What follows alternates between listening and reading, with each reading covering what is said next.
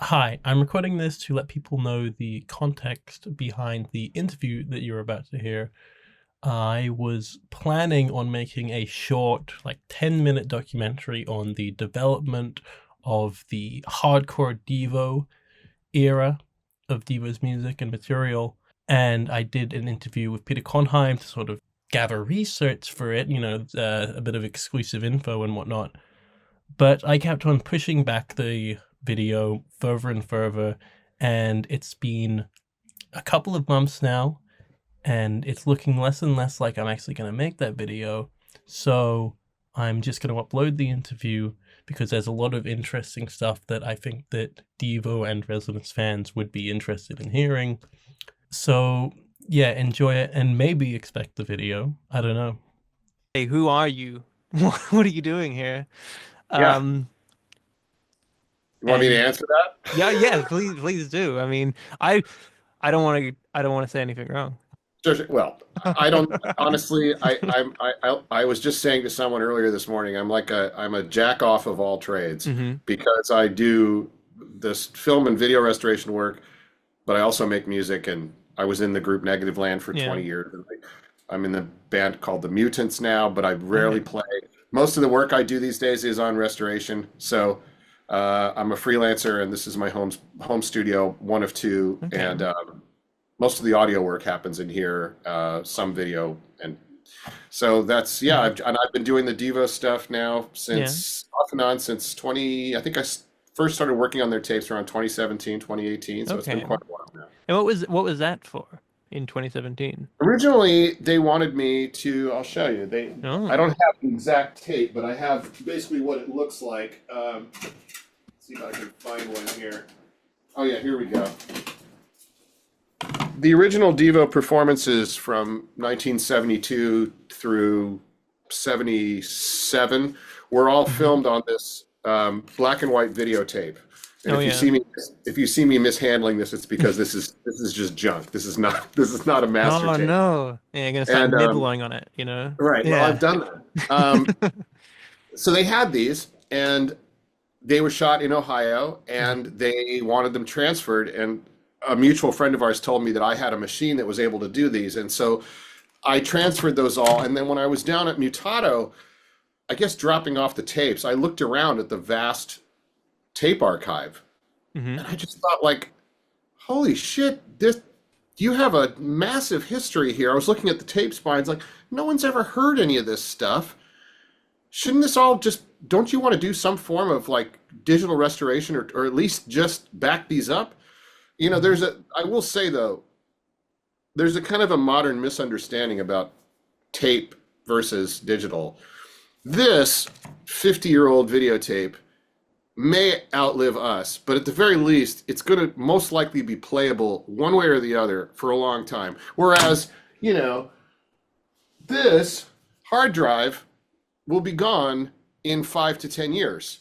And so when I approach a project like this, I always emphasize that the tapes have to be maintained. The tapes are still the master. But if you want to actually distribute them, or if you want to work on them, obviously they have to be migrated to digital, right?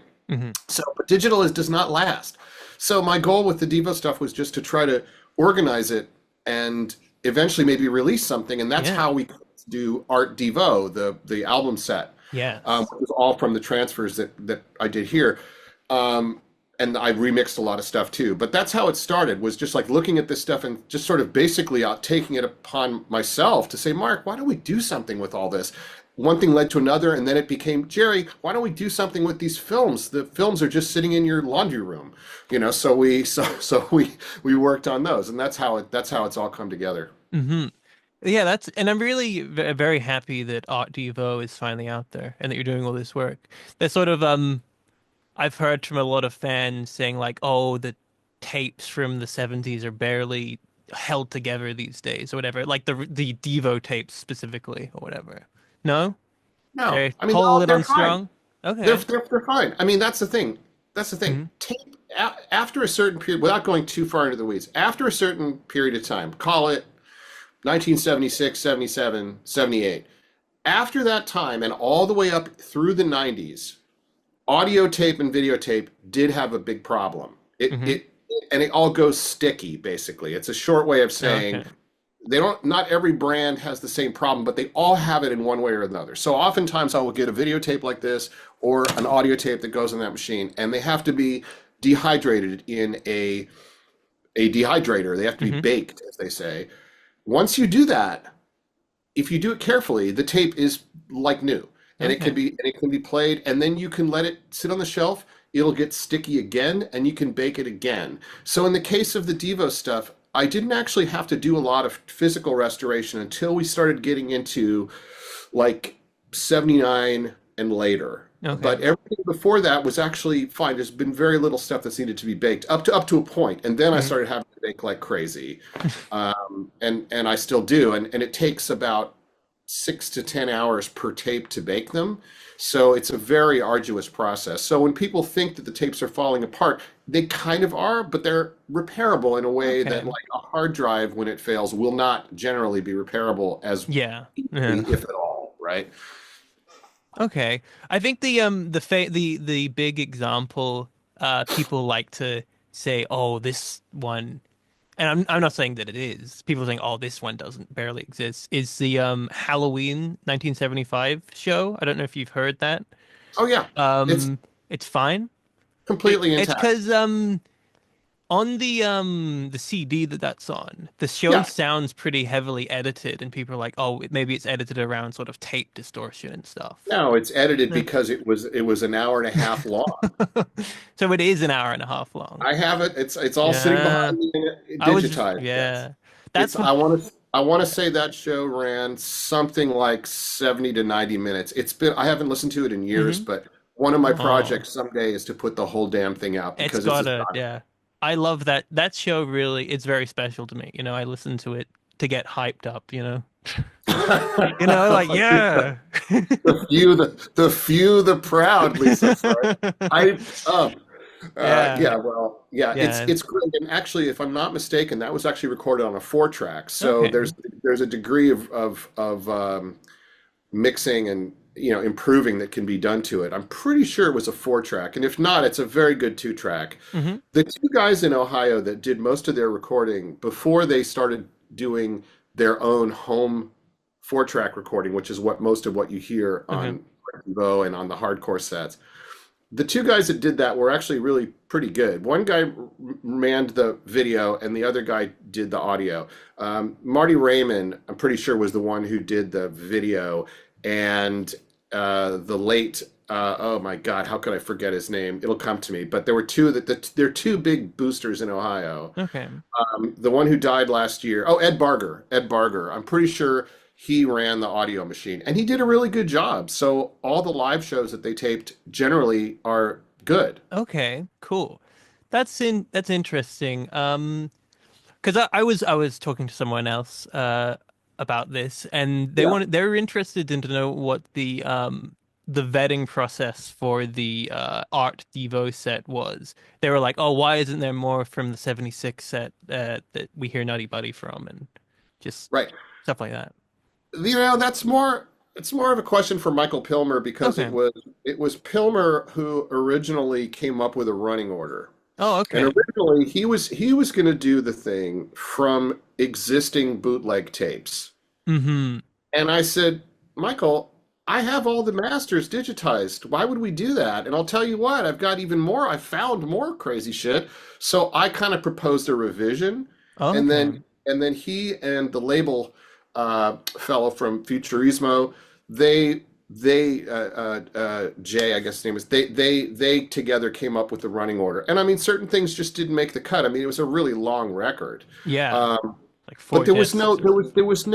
there was no prohibition, as much as I know for sure that Michael's desire, and mine too, was to showcase the stuff that was more primitive, that was older, that was weirder, that hadn't been around. And hmm there's so much of it Yeah. in 75 6 that 4 5 6. hmm So that's just kind of what it got based on. Okay. And so with the on the release the dating of the material is pretty vague. Was it was it difficult to date a lot of the material, or was it No, is it written on the actually, tapes? it was. Yeah. Let me think about this. There were really, I can really only think of one or two completely questionable dates, Okay. and they were only questionable within like a span of a few months. I think the one in particular, there was a show at Kent Cove that I Oh yeah. found, which had basically been just disregarded completely. There's two Kent Cove shows, but one of them Hmm. where they play as a full band. That one was basically a buried tape. There's various reasons for why I think it was, but once I was able to get some decent, reasonably decent sound out of it, that one didn't have a date written on it. So I had to kind of figure out from Boogie Boy's Basement and from Hubun and Hmm. like all the independent Okay. researchers, because Jerry and Mark didn't have a note. But in some cases, we were able to figure it out pretty clearly, because there will be like a range of dates that they were working in like a 6 month period in their home studio, one of the several studios that they had built that they worked in Hmm. themselves. And one tape would be dated, and then X months later one would be dated. So it was kind of in that range. So Okay. there wasn't actually a great deal of mystery, I would say. I think it was all pretty much I think we pretty much knew.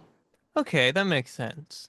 And Yeah. Mark also was really good at some point. I can tell he didn't. I haven't asked him this, but it's clear he didn't do this at the time. At some point, Mhm. many years down the line, he went through each tape and um, he wrote on the spines the year and sometimes the month in the year, because his memory is unbelievably great in some cases. So there was some after the fact dating, and sometimes he actually got something wrong, and I would go back and correct it. But generally speaking, he was right. Okay. That's interesting. So I'm yeah. really, I mean, now I want to know the dates for all of the tracks on Art Devo.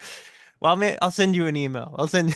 Okay, because Okay. I seem to remember there was some Mhm. discussion with the Futurismo guys that they didn't want to make it like they didn't want to be uber specific Yeah. necessarily on every track. Hmm. I feel like that was a discussion, but that was a little bit out of my. I wasn't, at Okay. that point I wasn't really, we weren't. I wasn't helping them design the package. No. That it had Yes. nothing to do with that. Okay. So, is there anything you sort of notice about the development of their sound over the period we're talking about 1973, 77? Hmm. Like sort of any general observations, you know? Just like sort Interesting of question. uh Yeah. to me, I mean like indicators of the era at least, you know what I mean? Or something like that. Well. You can answer it however you want, you know. Well, they were always focused really strongly on Mark coming up with new and weird synthesizer Hmm. sounds and just like creating a new language. And Yeah. I think once they realized that that was clearly a big part of what they wanted to do, and they sort of jettisoning the, oh look, Another you got to human being. Yeah. He knows he's out you now. start He got scared. once they started sort of jettisoning the blues influence and the sort of like Hmm. traditional song structures of that they started with. I think it's fair to say that the evolution, if you will, was pretty rapid toward, Hmm. going to really like the weird sounds first. And I don't think enough credit, this is just my personal observation. I don't think enough credit was really given to Jim Mothersbaugh for Hmm. just the fact that his his homemade electronic drums create an immediate Yeah. soundscape that is like, and it's really funny too. I realized something. Like when the Hardcore Devo compilations came out in the 90s, I think a Hmm. lot of people thought like, oh, those are really lo-fi recordings. Well, actually, for the most part, they're not. They're Yeah. actually pretty high fidelity recordings. But Jim's setup, the way his drums worked was that basically it was like a crappy contact microphone or something else, and that mic was amplified through like a guitar amp or whatever. Hmm. And the result is kind of like the drums have a sound that sometimes makes it sound almost like it's a tape dub. Like almost, you know what I mean? Like, Hmm. and the reason why how I figured this out was I listened to the multi-track of their very first session in a real Hmm. Hmm. studio, which produced those 6 songs. Smart Patrol, I'm thinking of Yeah. the Mechanical Man, Auto that Moto. was later. No, that was Later? Oh, later. later. No, So this is like this Space 74. or whatever? Space Girl Blues, Yeah. that kind of. There's like 5 songs. Okay. Those were done in a studio in either Mhm. Akron or Cleveland. I forget. I think it might have been. I can't remember which one it was. But the point is, I played the master Mhm. tape, and this is a 24-track, 2-inch tape. This is pro studio session, and the result is something that sounds almost like it was done on a 4-track and then dubbed. And it's just a byproduct of the equipment that the sound was coming from that was being recorded. It's actually an extremely high fidelity recording of incredibly lo-fi instruments. That's So great. Yeah. it's really funny. Like for all these years, like it's before I got into the tapes and before I'd even met them, like in the mid '90s, I'm listening to Hardcore Devo and thinking like, "Geez, too bad this is such a shitty tape dub." No, it's Yeah. not. So that was Mhm. a funny discovery. So I think they made, just to answer your question, I think they made it kind of like they made a very conscious decision to move into that once they realized how much power they were getting out of these incredibly strange sounds. If you watch this, it'll come out eventually someday. I don't think it's around the bootleg sphere. Maybe it is, but there's a show, a really terrific show that they did as a quartet. So this is after Bob Two left and then would come back, Yeah. and they did this Yeah. show I don't at think there's Kent. any quartet shows Okay, bootlegged. well, this Yeah. is in Kent. This is Kent in 1975, and they were on the same bill with the movie Pink Flamingos, John Waters. Oh, yes. They played after the screening, I believe. They Mhm. maybe even twice. But in any case, we have some very, unfortunately, very kind of shitty sound quality, but great video of that show. And there's a turning point there. And Mark has said this too. Like that was like that show in 75 was the high watermark of Art Devo. It was before they were really writing some twisted form of pop song, you know? Mhm. It's before they were, I think, thinking about taking it further. And there's something that's like both really naive and also incredibly perfect about that moment. It's so gnarly and so ugly. It's so distorted too, partly because of Jim's drums, but it's the camera pans out into the audience and there's like you can see because the lights are on in the for some reason the lights are on in the theater and you can see people's faces and they're just kind of like Wow. it's like Yeah. rows of them and they don't know what to do and it's just this great piece that can't ever be repeated because then they got an audience, but this was before that, right? So this is Mhm. probably right around the time of that Halloween show that you like so much. Yeah. Wow. It's a So great show.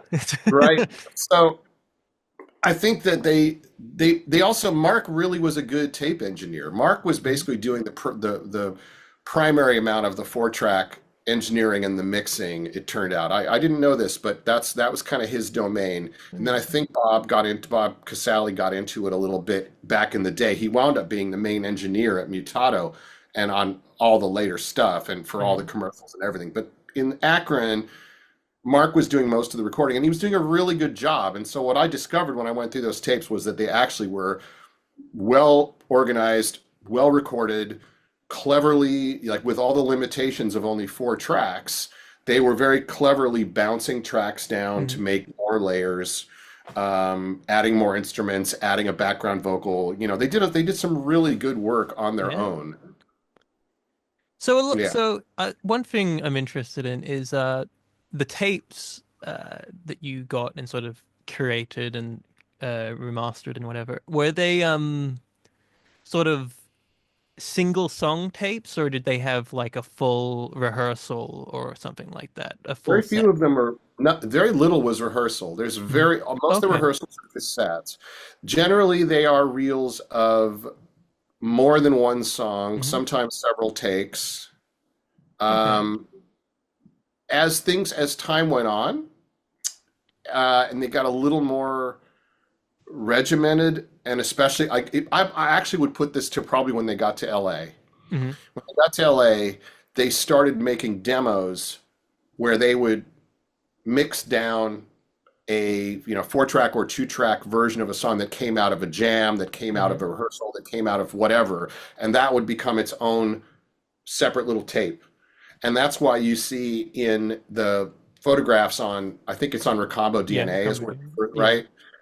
Those are all, and there's hundreds and hundreds and hundreds of them of like working versions or demos of individual songs. That does exist, and I have done a bunch of those, but there are hundreds more to do. I've been sort of working through chronologically, and I've been working through all the Ohio stuff primarily, and that when they weren't working like that then. Then it was more like a whole long tape full of, you know. Okay. Okay. So sometimes for Art Devo, and I haven't really talked about this before, but sometimes what I would do, there'd be a bootleg version of a song that everybody was familiar with, of pretty dodgy sound quality most of the time. I would endeavor to find, if not the original mix, I would endeavor to find the 4 tracks that they did originally, right? Then I would take those elements and combine them with the later overdubs that they did on the next generation of tape. But I would basically remix it in the computer as close to the original mix as possible, but again, trying to just bring out the quality that they couldn't do then because they were going from tape to tape to tape. I would take like a generation or two of tape noise and dubbing out of the equation.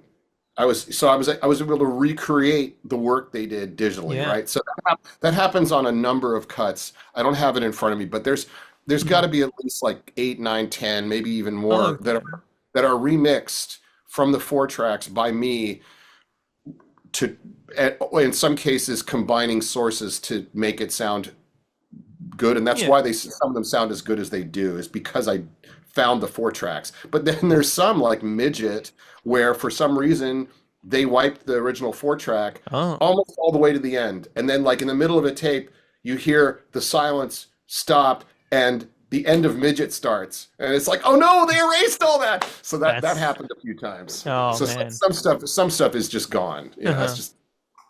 Yeah, there's in the men who make the music, so sort of do now for the future in between, but there's this really great sort of instrumental rock track when they're in the club that people love. It's called A New Way to Be, I think, and all the reports I've seen on that is that that's just, they don't have it, you know. No, I transferred it. Oh, you have it. They have. Are we talking about the one? We're talking about the one. It's like it's an instrumental where they're in the club and they're talking about. It's in roll. It's that piece of film is known as Roll Out the Barrel. Yeah. They're in the mirrored like pedophile disco. It's like dun dun dun dun dun dun dun dun. Yeah, I have that. Yeah. Okay. So maybe we'll be. I don't know if we have. I think we have a mix. There is no. I don't think there's a 4 track of that. But yes, I don't think that was done particularly. That might have even been a live jam to 2 track. I don't think that was very carefully done. There's a couple of those, like Boogie Boy's Funeral. There's a couple that are like really. The master is very crude, but we have it, and I think I think it's A New Way to Be. But there are some, I should caution people that there are some Devo tunes in the archive that have same title, different song. Oh, wow. It's it's a working title, and then it became something else, and it became another working title, the working title for another song, and that happened. Okay. You know. Interesting. Can't swear to that title, but I know I've got that somewhere. Okay. Wow. Hopefully one day we can hear that on Art Devo Part 2 or whatever. I would love that. They want to put it out. I've made notes about it. Definitely. So another example of a song like that, sort of a thrown together, is probably Boogie's Industrial Death, which is the opening track on Art Devo. Yeah. I always figured that was a sort of later era song by them, but it seems, judging by the vague recording dates, it seems like that's from like 73 or something. No, it's not that old. Not that old? But it's probably 76. I can't 76? Say. Okay. Sure. It's probably 76 or maybe even 77. God, I'd have to go back and look at my inventory because I have photographs of when I do a tape transfer, I photograph the box so that I know what the notes on the tape said. Okay. Because sometimes they won't carry over to something else. and it came from somewhere, and I know that it was not a newer tape. It was used in the 1980 tour. Yeah, the in the encore film. Yeah, right when Boogie Boy gets his head crushed. Yeah, which I also restored. But it's not from them. It's from earlier. As is that music that the Boogie Boys funeral. Yeah, music Boogie Boys funeral. Okay. What's the earliest recording on the Art Devo set? We may have fudged it a little because I think it says 73 in the. Oh no, that's right. The earliest thing on there is the Sextet Devo bit, which is the live bit, which I think is on there, which is from 73. I'd have to look and see. Which track is that? I'm not too sure. There isn't a anything from the Sextet live show on there, I don't think. Okay, well then there isn't. There isn't. There isn't. Wow. What I'm thinking of is Private Secretary. Oh yeah. That's actually from the 74 Kent Cove show that I found. Oh, okay. That there were a couple tunes that were just simply better on that than Sextet Devo. Let me think. Is there anything for 73? There is, but it's. I have some estimates of what I think is from 73. Try me and I'll jog my memory. Bicentennial Birthday. I Don't Know Why, and Dixie.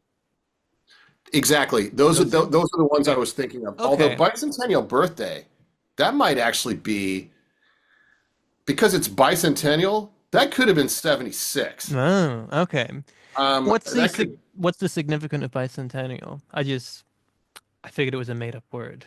To be honest. No. I don't want to. For the audience, my guess, I haven't asked Mark, but my strong suspicion is it's from 76 because 76 was the United States bicentennial. Oh, if you were alive then, it was a fucking ridiculously overblown big fucking media deal before there was like an internet, that was like, I mean, I remember as a kid, everything was, 1776 to 1976, bicentennial. So I feel pretty strongly, knowing Mark, that he would have written that song in response. There's your cat. Dixie, all that shit, that stuff has got to be 73 or very early 74 because Bob Lewis is playing on it, I think. Oh, okay. I think. The credits on that thing are very minimal. I don't think there's any credits on Art Devo. That's because a lot of details are lost to time. Like, I've asked questions, they don't remember, they're not sure. They've insisted something was a certain way, and I've been like, you know what, guys, I don't think that's possible because XYZ. So I feel like, those are the earliest. And I don't think we didn't put Columbo Dick on there, but that was another. Yeah. I mean, there's basically one tape, if I remember right, that has all those tunes in a row. So they were things that they were fucking around with all at one time. Yeah. There's a bootleg of that called the Whale Hall tape, and it's all those plus Columbo Dick. Right. Someone asked me to ask why Columbo Dick wasn't included, but I think I know why. It's because it's like 29 seconds long or something like that. I think it's longer than that, but it's stupid. I mean, they're all stupid. Well, first of all, there has to be some kind of curatorial control, right? It's like you've got all this material, you're already pushing boundaries. I mean, like, I actually didn't want to put Dixie on. I think I wanted to put the last time I saw St. Louis, I think I wanted to put that instead of Dixie, but did you have a demo recording of that, or was there that? Yeah, but no, we have a couple different versions of it. The best one though is a killer live version from the Crypt in 76 that I have on 4-track. Okay. Super good sound quality, great performance. It was the one I was going to use. I don't actually think that they recorded that one on the 4-track. Personally, I mean, this is my opinion. I've never addressed this with Jerry and Mark. I've always felt, since I started dipping into this stuff, I've kind of felt like it's a misnomer to refer to the early tapes as demos because they're fully formed. Yeah. They started doing demos of songs they would re-record in the classic sense. For sure. That started happening. I don't know if they were considering them demos. They Okay. would they would put a collage, like there was a 6 or 7 song tape that they put together in 74 or 5, which they sent around a lot. It's probably the one that got to David Bowie and Iggy Hmm. famously. Um, and that those are comprised of like studio recordings. It's kind of Yeah. hard to call them demos. I mean, they were like the 24 track recordings that they did in Akron and Cleveland. Cleveland Audio Recorders was one studio, and the other one was in Akron, and I can't believe I can't remember its name. But I don't. I just think it's tough to call them demos. They're like finished Okay. product. Yeah, But I'd that's agree with just that. right. But they may not say that. I'm not gonna. I don't want to speak for them on that Hmm. one. Um, but in any case, we don't have. I think we may or may not have a 4 track recording of that particular song. For some reason, it seems to have existed mostly in their live set and Yeah. less as something that they were planning on recording. And I just don't know. Whereas like Hugh Boone's Stomp, Hmm. there's like I had like 5 different versions to choose from, and the one that I chose is actually a 4 track recording where they overdubbed a saxophone Yeah, yeah. on on a dub of it. So like again, I created a new version. Hmm. Like the dub didn't have Mark's synth, but had the sax. Well, I liked them both. So I Yeah. put them both on there and I Okay. sent it to them. They're like, oh yeah, fine. So, but that's not the way it was. Yeah, I okay. mean, That's liberties were interesting. taken. Liberties were Yeah. taken. I really love Who and Stump. I think that's one of their It's a best classic. songs. Yeah, It's a I classic. think. Yeah, it's great. Okay. I think I heard, and I'm not as informed on Devo as I am on the Residents or whatever. So a lot of this is just like, oh, a fan has told me. But someone said that there's a early version of Last Time I Saw St. Louis with completely different lyrics on the 73 Live show, the Sex Set Devo show. No, you don't think? Someone was saying that Sun Go Up, Moon Go Down was an early version. Oh, maybe I had. Okay. Who Maybe kn- okay. I hadn't even considered that. Okay. I mean, I don't remember that. I vaguely remember that something. That's a Bob Lewis song. I think. Oh, okay. I think. I mean, certainly, like River Run is a Bob Lewis song, and that's Hmm. like about as far from Devo as could possibly be. How so? Um, What's that like? that song. Yeah, what's River Run like? Oh, I don't want to. I love Bob. I don't want to. I don't want to suggest anything otherwise. But I mean, it just doesn't. It's very undevo. It's very much a. It's more John Denver than Devo. Let's put it that Oh, way. okay. That's Like the a way I remember folky it. I've thing. only. It was never in the running for a Okay. track on the record. Okay. There is another sort of there's a few sort of very un-Devo songs on Art Devo. There's I don't even I think it's just Untitled, which is like a Jerry vocal acoustic little thing. I don't remember what it's Right. like. Right. Um, From that same 73 era okay. tape. Okay. Yeah, It's a very sad one, that one is. Very it is. made me feel like, oh wow, guy had It is. feelings. What the hell? Well, he had a couple like kind of Yeah. mournful Yeah. love songs in there. I mean, sure. Yeah. No, I really yeah. I really love a lot of that early stuff. Like where it's really obvious that they're going through very strong emotions. Like Pig's Waddle, for example, that's a great Oh yeah. example. I'm sort of filling whilst I try to think of a question. I'm Well, that I'm actually glad you brought that hmm. song up because I have a particular affection for that one. When I found Hmm. that, I didn't realize that it had leaked out in a bootleg before or whatever. But when I Hmm. first heard that, I thought it was like the Rosetta Stone. Like to me, like why have I? This is amazing. Why have I never heard this? That one and Androgyny. Those two, like Yeah, I Jordan can't pretty good. believe these Yeah. exist. And Bob Lewis had a lot to do with why those songs were that good. Hmm. His guitar playing, his slide guitar playing on I guess it's Androgyny is just unbelievable. Yeah. Yeah. Yeah, but they're Was there not. yeah. Was there any on Bob Lewis's YouTube channel there is a a nearly full show recording of the first Evo show. Was there ever any consideration of using that in the Art Devo set, or was it like, well, it's out? Yeah, Okay. Huh? Yeah, it was, and I got to tell you, I was really sad that he leaked that out. But Oh. at the same time, it's like that's his prerogative, man. It was his Mm-hmm. band. Yeah. Far Well. be it for Yeah. me to say, but I remember when that got on YouTube, I was like, I wrote Bob, I'm like, oh my God, you have to do that. And he's like, I had to prove that there was a version of Devo, that I was part of that I just needed to set the record straight. And it's like, Yeah. okay. I think the reason why I chose not to use that one was because, yeah, I do remember now. It's fine, it's good, but Mm-hmm. the Cat Cove show is basically the same songs with way more nuts. There's just Yeah. more, there's way more power. If you listen to the two versions of Androgyny, for instance, Mm-hmm. I felt it was like hands down, like Jim's drumming was just way more intense. I Mm-hmm. just liked him. I liked it better, and as far as I remember, so did Jerry and Mark. Although they didn't really Yeah. have a lot of input in the song selection, they signed off on it, and Okay.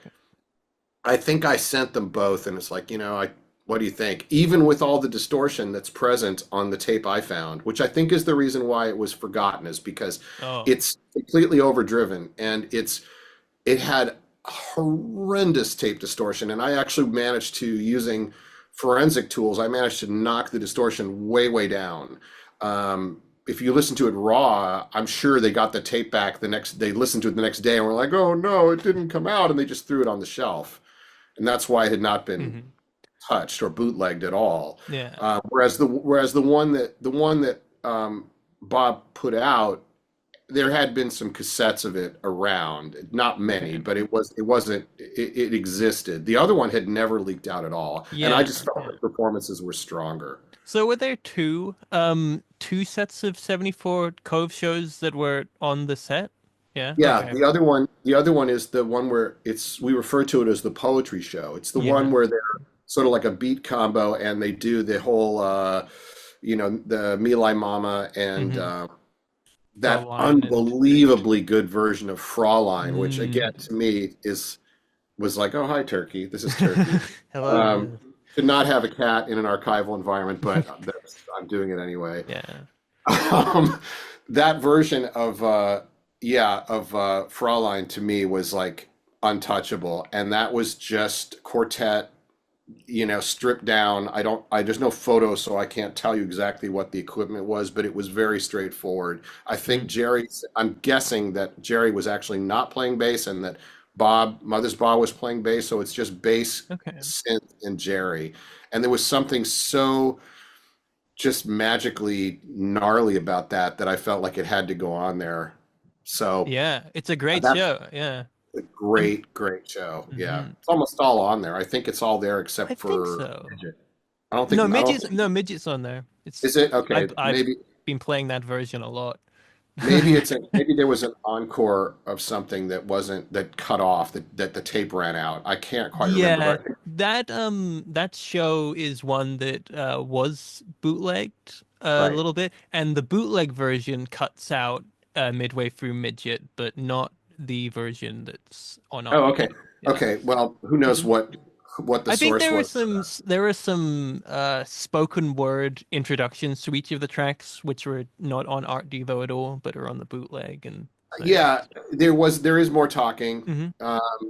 But we had, again, it's Yeah, like you got it's to a runtime. Yeah. you got to make your LP considerations, and we also wanted to curate a solid record that Hmm. could be listened to straight through. Yeah. But yeah, the thing about that show, that Kent Cove show, was that I actually remixed that very laboriously because the levels were way, way off. Yeah. As I recall, the vocals were super low compared to the bass, I think. In any case, I re-leveled it significantly, and you can hear much clearer and distinct separate parts than you could on the bootleg or Okay. on the original for that Yeah. matter. I mean, I had to remix that one with sort of, AI type Hmm. digital tools.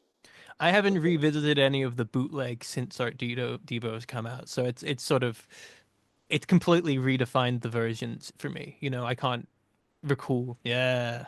That was the idea. Yeah. I wanted to Yeah. call it Hardcore Volume 3, Oh but yeah. I was downvoted on that one. Sad. Fine, Yeah. I have whatever. a I have a sort of a playlist version of it, which I call Hardcore Volume 3, which I've Mhm. sort of uh, cut out some of the tracks and being like, here, this is what this is what hardcore really would have been, or Right, whatever. right. Because I I don't know, I don't want to come across like a stinker or anything, but when I heard it, I was like, well, this isn't hardcore free. This is something else. I was upset by how unhardcore it was. Well, But so then you're yeah. right. It's actually good that it wasn't called Yeah, that. well, exactly. Yeah, it because to I mean, I'm sure like me and a lot of people, Hardcore Devo are just great albums that, Right, love. right. And they were made by Yeah. Bob and Jerry, Hmm. basically, Bob Casale and Jerry, to be really strong records. Yeah. And they Now really are. I found lots of tapes where they had written like hardcore question mark, and then they Hmm. changed their mind and didn't use it, and some of that stuff Yeah. wound up on Devo. So I mean, those were very deliberate choices Hmm. to make those records that you hear. Yeah. Yeah, no, I love Hardcore Devo. There's some what's it called? Some of the tracks on Art Devo also were bonus tracks on an expanded version of Hardcore Devo, I think. Just a few of them. Oh yeah, Man from the Past. those are Yeah. from cassettes, the Oh, versions. okay. The The versions version that on were on Hardcore. that were on the Superior Viaduct. It's Hmm. ironic because actually the Superior Viaduct label, these are old friends of mine. I Hmm. mastered the first like 20 of their records. Um, old friends, and I actually was the hookup to Jerry to get that to Oh, get that okay. going. But I didn't wind up working on it. And had I wound up working on it, I would have probably been able. This is before I was into the tapes, but probably could have figured out a way to get the better masters of those even then. And certainly when it came time to remaster the reissues of the hardcore records, I suggested we actually append those cuts, but it was just too much work. So, Yeah, okay. whatever. Okay. Sounds interesting. Let's see. What else? Well, Anything about specific, I don't know, any other like video specific. or album questions that I could Well, possibly? I could pivot away from Devo for a second. Because if I recall, well, I do, there was that re-edit of The Residence's Valnes Fats, which came out last year in I Scotland. would not call that a No, re-edit. not a That was re-edit. It's no. mhm. I just strung together Yeah. outtakes and made sure you knew they were outtakes with Because like, yeah. clapperboard and the whole thing. I didn't want to pretend that this was an edit of Violence Fats. It Yeah. was just I was asked to put together a sequence of what I considered the Okay. strongest Yeah, so section. my understanding was it's what was shown was a remaster of the 1984 VHS and then a bunch of outtakes. So, I don't know if it was a about halfway. remaster, but I think Okay. it was just the existing Yeah. version that's Okay. out there. Although, ironically, I actually have the master of Violence Fats here, Mm. but I haven't the edit, and The I have 84 not made a version. new. But it's not going to improve very much. Oh, yeah. No, No. no. The It it's definitely better than what is circulating at the moment. probably now, but I mean Yeah. the original VHS that you Yeah. could buy looked Hmm. fine. Yeah. With very very low resolution video to start with. Yeah. I think I've seen some pretty good rips of those VHSs, I think. Yeah. Yes. So what I was don't know what's going to happen with that. I don't know if they want to show it again. It was for a festival in yeah. England or New It Zealand, was England, Scotland. It was yeah. Scotland. Yeah. Thank you. Yeah, I would have gone up there, but it was like announced like 2 weeks in advance or something. I was I like, see. I can't get anyone to take me to Scotland. Yeah. Where Um, are you? Are you in London? Where are you? I'm down south. I'm in Dorset, which Okay. is yeah, Uh-huh. northern England, a couple of hours from London. Got it. So yeah, so what was it? So what was the sort of development of that thing? The blooper reel you did, rather blooper outtakes. It was as simple as Homer telling the curator that I had transferred all the material, and Homer basically said, talk to him and see if you can get some of it. It was Okay, totally open-ended. okay, And I said, well, look, you're definitely not going to want to show all 14 hours or whatever, however many hours of this horrifying shit. But I've seen it all, and I could just sort of try to give you the good stuff. And so that's what I did. I mean, I just banged it together. I had fun doing it, Yeah. but I sent it to Homer. He was like traveling, and he just, oh, great. I don't think he even watched. Yeah, He might have, but yeah. Well, it's he fun. lived it. He doesn't need to He see. lived it exactly. I mean, if you're a fan, a Residence fan, it's gold because Hmm. all the sound from the set is there. And to Yeah. me, that's what's most interesting about it. It's like the actual totally unhinged. I mean, there's stuff that I didn't use. I'll tell you, there is a bit. It's my God. There's a sequence in the bar between Alpha and Omega where they're Hmm. sitting at the table and they're getting drunk with Peggy Honeydew, whoever the Yeah. female is. There is a scene where one of them, I don't remember which of the actors it was so drunk or high or both that he could not get through any of it without laughing. And it literally goes on for like an hour, and then you hear them say, let's just do this tomorrow. And it stops and it starts up again, and he's like sober. Um, it's That's fucked. great. And I That's think I did put a section of that on there because I'd like a listen, you you can't keep it together. So I stuck that on there. There's also like somebody's zippers down and it's like look his flies down, do that again. All the fun stuff. yeah. It's all in there. Yeah. So is there what's your is that one of your favorite scenes that people haven't seen? Sequences from Violence From Fence? from Violence Fats. Yeah. Because people were saying, oh, people who I asked earlier were like, oh, what's his favorite scene that no Oh, one's seen from Violence Fence? oh, I mean, of course, it wasn't all filmed. So Hmm. I think, I mean, the most like elegantly done, the most interestingly done is the stuff with Napoleon and Mm.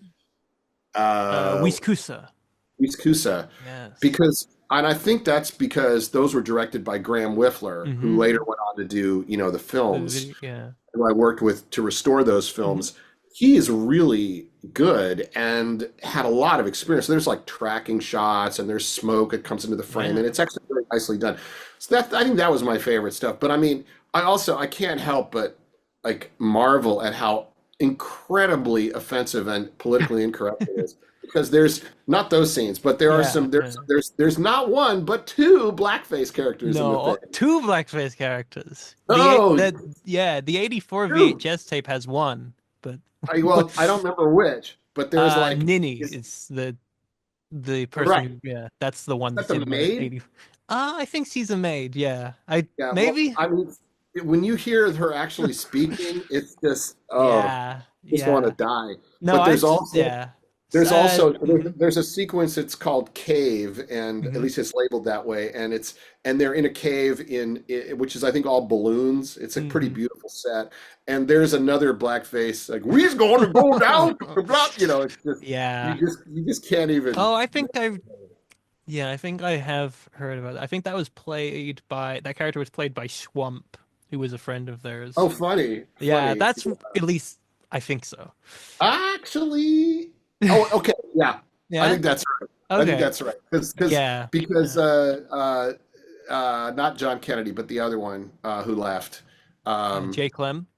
Jay Clem plays Mhm. like four parts in the thing, Oh. Hmm. He's and I think yeah. he's only shown in one part, but he plays Napoleon. He's like he does a whole bunch of different Hmm. roles, and yeah, he's great.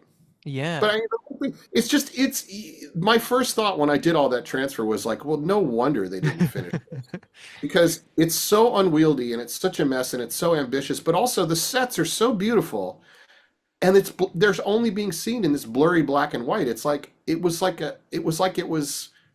doomed from the beginning. If you see Graham's photographs in color and you Hmm. realize like Jesus Christ, they did such a beautiful job and it's kind of like all for nothing, you Yeah. know.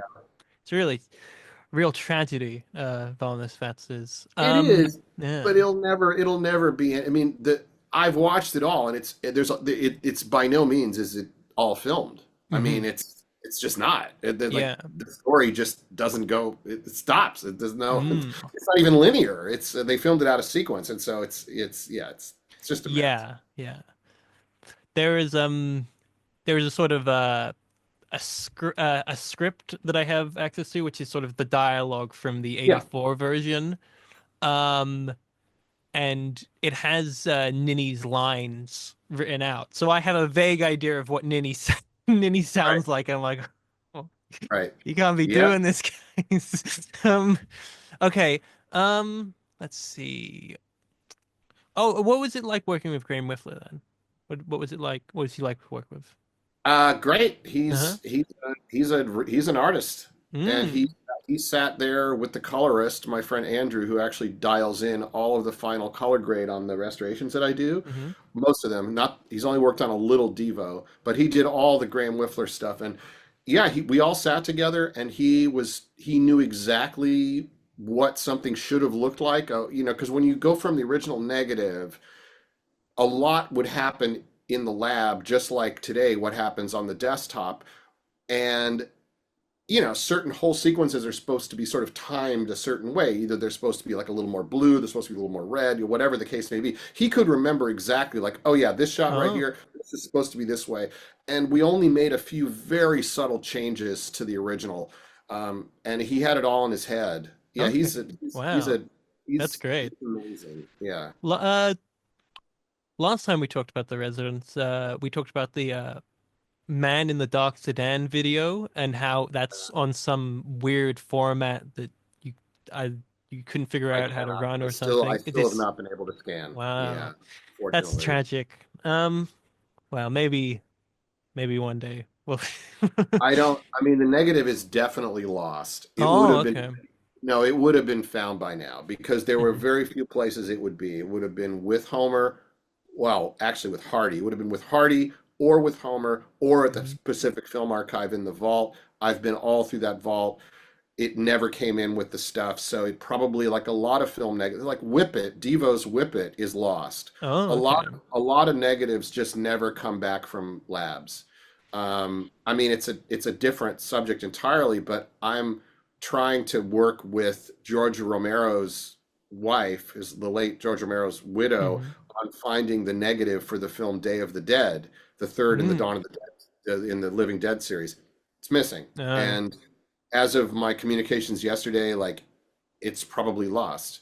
This is just that's so Man in the Yeah. Dark Scan is never going to be found, Okay. and what I have is just not going to be a good source if I can even scan it. And Hmm. I so far nobody's been able to scan it because it's so arcane. Okay. Yeah, So the best we can probably get is a good quality version of the VHS tapes they released of it or whatever. yeah, pretty Okay, much, that's fine. pretty much.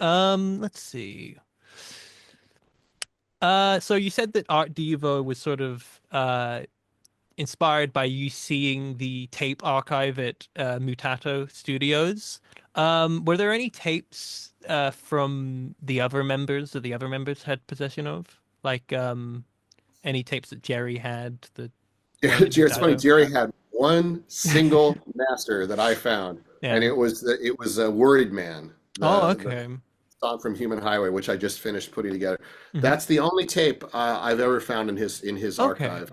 Bob Casale had many live shows recorded, Hmm. and a lot of them were with him when he died. Not really clear. I mean, Pilmer got a lot of them before he died, Hmm. and then maybe some after. I've never had any contact with his kid because his wife has now passed away too. I don't actually like to use that term. She died. Hmm. So it's kind of like a mystery about some of those live tapes, but no master tapes because Mark was always kind of the archivist, and Okay.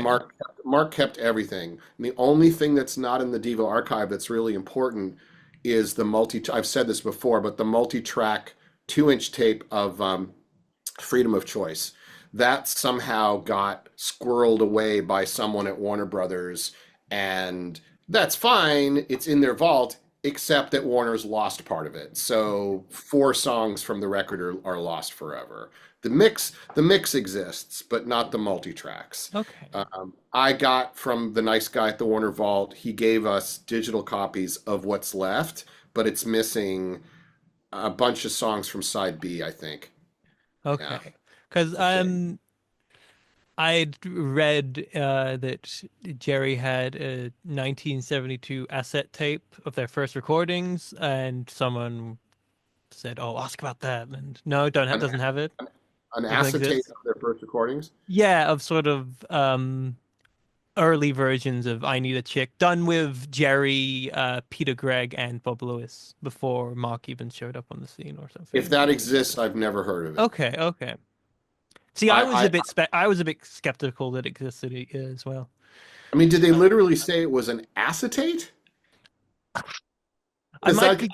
that would imply that it was done in a studio, Mm, and that's very yeah, unlikely. that's what I had heard. I think I'd heard like an interview with Bob Lewis where he said that one existed, Eh, but it Could be, could have. you know. Maybe it's not out there anymore Jerry's memory is very selective. though. That is exactly the kind of thing he probably wouldn't remember. Okay. Like he didn't know he had forgotten the origins of the phrase "I poop, I pee, help me," which is such a great story. And I actually heard it from Susan of Chai Pig, their Hmm. dear friends, this band, an incredible unsung band The from Akron. I loved them. co-writers of Gates of Steel, technically. Correct. Yeah. Correct. Yeah. Yeah. That band, man, it's just such a shame Mm, they never got their due because their record is awesome. okay. They are just great. I've never heard And the record. I've never. Yeah. oh, it's available. It's called Okay. Miami. It's out of print now, but easily found on the Okay. internet. Yeah. Don't rush out now because they were so good. And they were in a totally, just as a side note, they were in a total vacuum. I mean, I Hmm. don't think I mean, sure, they were listening to other music, but like I listened to them and I thought, well, Jesus Christ, Susan, you must have been a big fan of Gang of Four and Andy Gill with this guitar sound you have. She's like, no, who's that? And I sent her Hmm. some Gang of Four. And she's like, oh my God, it's great. So like they were kind of like in their own amazing universe with a unique sound. Anyway, why did I bring this up? Oh, because Susan told me that that lyric comes from a letter which Jerry's like then this is like in 73 or 4. Hmm. Jerry's I think nephew maybe who was like a little kid, he was like 5 or 6. He wrote Jerry a letter and in the letter it said I poop, I pee, help me. And and That is a and great inspiration the for a reason live why I thing. traced that back to Chai Pig was Chai Pig has a song called Apu Api Help Me. And I'm That's like, great. wait a minute. That sounds like Pig's Waddle.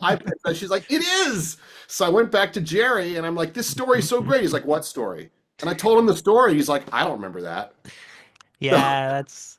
I mean, I've heard the boot. I'd listened to the bootleg version of Pig's Waddle a few times, and then when I heard it on Art Devo, and I heard him say that line, I was like, "What the hell?" Like, Isn't that great? I'm pretty sure it's on the bootleg. I just don't know how it just always flew past me. It was like I was listening to it, and I was like, "There's a new line in this song, Lewis." I'll tell you, I think I could guess why you didn't hear it is because the bootleg version is the other show. Hmm. The other show, he doesn't sing it with the same oomph. And Yeah. that line is a little quiet, but Okay. it's That makes much more sense. emphatic. It's much more emphatic in the Kent Cove version, It's which is what very it helps add to the humor of the line to just like suddenly there's a line in this song about pooping and peeing and needing help. Like what the hell? the best. Well, I mean, Chai Pig's song is basically just sung over and over. Apu Api help me, Apu Api help me, up over and That's over and great. over and over. And I'm like, well, there's got Okay. to be a connection. That's not a coincidence, and it was. Yeah. Okay. That's great. Let's Yeah. see. We should probably be wrapping up. Okay. Um, Well, well maybe I'll ask we covered a lot. Yeah. uh I was going to ask about the dates of certain songs, but I'm not too I sure. mean, I may or may not remember. So, uh, what about Total Love? When do you think, when was that recorded? That's got to be 74. Okay. That's when I'd guessed on my little sheet of estimates. Yeah. Okay. Um, Most likely 74. okay. Same tape. No? That is the same tape. Oh, yeah. Could be even be 73. It's the same tape that I found a version of Fraulein, um, I'm almost. Let's just call it 74. I feel Okay, confident. okay.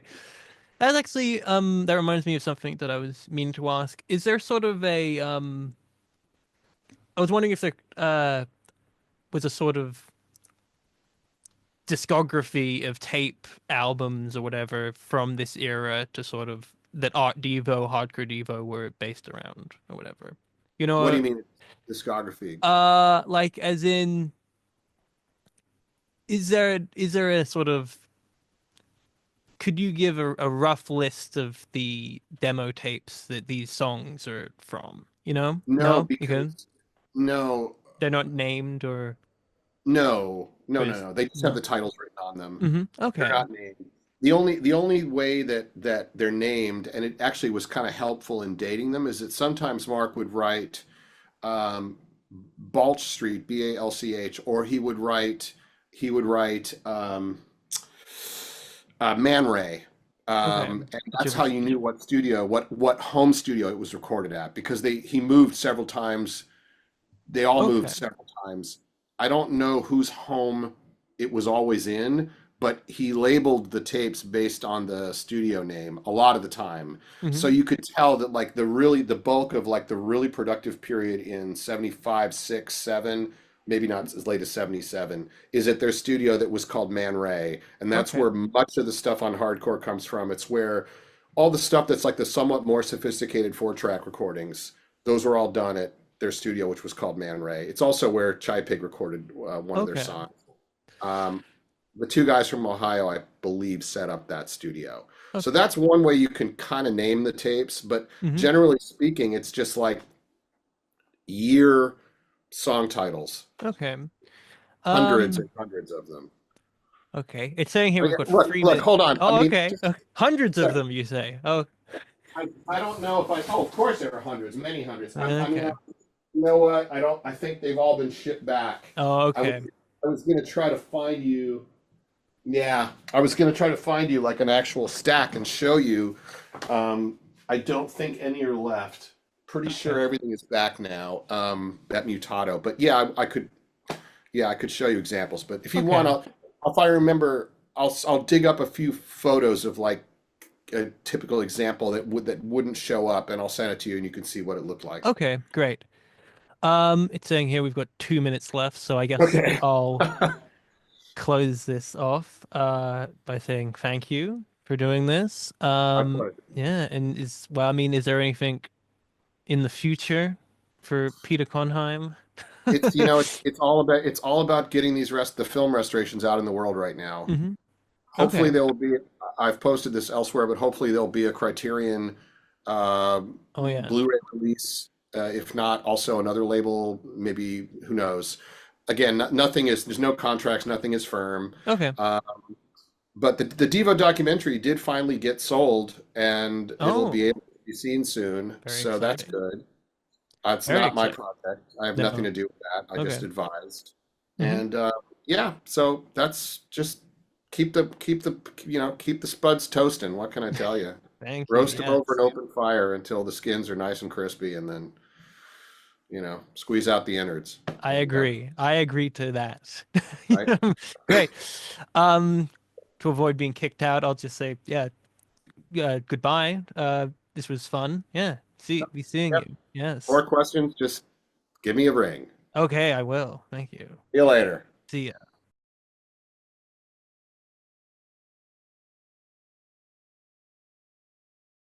I just finished the editing for the big Ann Arbor Film Festival Devo show Oh that's yeah. next 2 weeks. Mm-hmm. So that was a big lift. Yeah. Um, Well, my what sort of stuff were you editing for that? well, in this case, I've been doing restorations on each of their films and Mm-hmm. videos one at a time, Yeah. and I started that back in like 2019 or 2018. I never thought I would get to the later work, like the stuff from Oh No, It's Devo, which Mm-hmm. is from 1982. Yeah. Yeah. The reason why I didn't think I was going to do those is because, unlike the very first films, they were edited on video, and they Mm-hmm. were edited on what was then state of the art but now is considered low resolution standard definition video, right? Mm-hmm. And as I started to dig into the archive, I realized that they had actually shot virtually all of the footage for those videos on 16 millimeter negative, which of course is very high quality and beautiful. So they were shot on 16 millimeter film, it turned out. Yeah. And I never thought that I would be able to go back to that film and recreate the videos the way they edited them, because they were done with green screens and, you know, video compositing of that time. And they also look a certain way because they were done at a certain time. And I don't want to totally rewrite history. But we started talking about it, and it became clear after a few tests, like, well, we could actually remake these from scratch, and they can maintain the aesthetic of the original, but be much better quality. And so that's what I did. My friend Tim Maloney, who's a really brilliant, just sort of jack of all trades, filmmaker, video editor, audio editor, he recreated all of the green screens by hand. So when they're like standing in front of a background, you know, it's now completely recomposited in the modern digital age. So it's not like it looks perfect. It's deliberately left a little rough, but it's so much better than they were. I mean, you can actually see details, and I also remastered all the sound from, like, back here. I've got one of my tape machines. I use this to transfer the master audio tape for the album, took the songs from that, resynchronized them so they sound much better than the old Warner Brothers videos did, which were, in case of That's Good, it was actually mono. So they're basically completely redone from scratch. And I've done them one at a time, starting with Truth About De-Evolution from 1976, all the way up to the ones from actually beyond that too. Are You Experienced is the most recent thing we did. So you've done The Day My Baby Gave Me a Surprise and stuff like that? All of them. Nice. Yeah, they're all done. Very cool. Day My Baby Gave Me a Surprise was another one where everything was actually filmed on 16 millimeter completely, start to finish. It was all film, but it was finished on video. So anytime they're standing in front of like that Atari video thing or, you know, or the baby flying, you know, it was all done on crude video, and we just redid it on digital video, trying to make it as crude as possible, basically. Okay. So they're all done, and they really do look great, if I do say so myself. Partly because Tim did such an incredible compositing job. Yeah, I saw I managed to see Devo in 2023, and during when they played Peekaboo, they had some of the footage from the video in the background, and I remember being like, "That looks like film! Holy shit, that looks like and that was the old. That's before I worked on it. Wow. But that's right. I mean, my hope is, if there's time, I'm actually going to update their video wall footage that they used for the live tour. A little convoluted because it's in a bunch of pieces. It has to synchronize with a bunch of sound. There's an operator who changes video at the show, like basically not randomly, but he elects to like throw something out. So it's complicated, but I'm going to try to improve the footage of what's there. Okay. And we might have a couple surprises for eagle-eyed spuds watching at the show. They might see something a little bit different. I remember that show opened with a sort of I guess a remastered version of the Rod Ruder video. I was under the assumption at the time that was something that you had done, but if that was... I did. Oh, that you did do that. Okay. And then in fact, Jerry and I and Mark made the new video, which is Rod on the Peloton machine 30 years later. That's actually inside Mark's house. Wow. And I shot that and I think Jerry held the boom mic and Jerry directed, and that's great. That's old school. Got the whole gang back together again for that one. It seemed very fun to make. It was really fun. It was really fun. Nice. Michael Schwartz, who plays Rod Ruder, is every bit. He is Rod Ruder, basically. Nice. He is what he in real life. He's close to Rod Ruder. So wow.